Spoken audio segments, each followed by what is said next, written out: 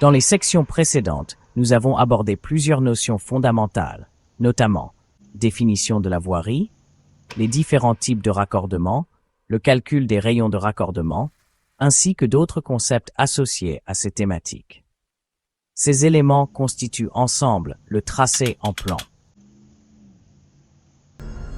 Dans cette section, nous allons aborder un autre composant clé du tracé en plan. 1. Raccordement successif. 2. Stationnement. L'image traite des raccordements successifs dans un tracé routier et propose des recommandations pour assurer la sécurité et le confort des usagers lors de la transition entre deux courbes successives. Les situations concernées sont divisées en deux cas principaux. Courbes successives de même sens.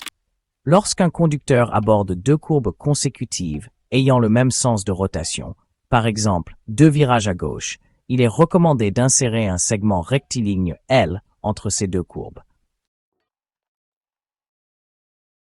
Calcul de la distance L. Le conducteur doit parcourir une distance L pendant un temps donné, t égale à 5 secondes, à une vitesse de référence V0. Exemple numérique. Si V0 est égal à 30 km/h, la distance est calculée comme suit.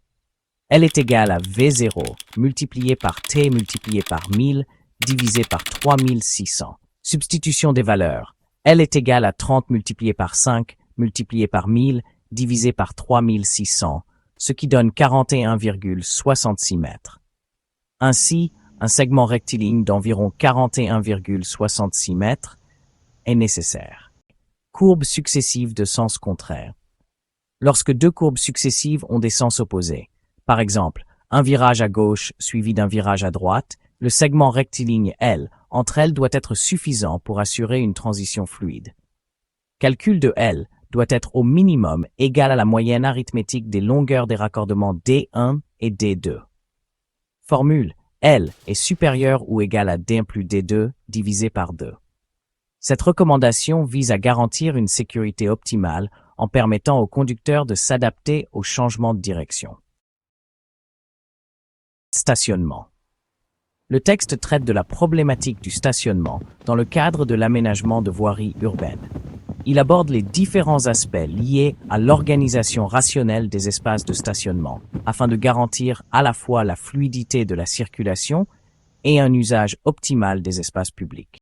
Premièrement, la problématique du stationnement. Une bonne conception du réseau routier ne se limite pas à fluidifier la circulation, mais doit également répondre aux besoins croissants de stationnement. Le problème du stationnement devient plus critique pendant les heures de pointe, où l'accumulation des véhicules augmente de façon significative. Ensuite, l'aménagement. Une partie des espaces collectifs doit être aménagée pour le stationnement, sans pour autant compromettre l'objectif principal qui est de maintenir une circulation fluide.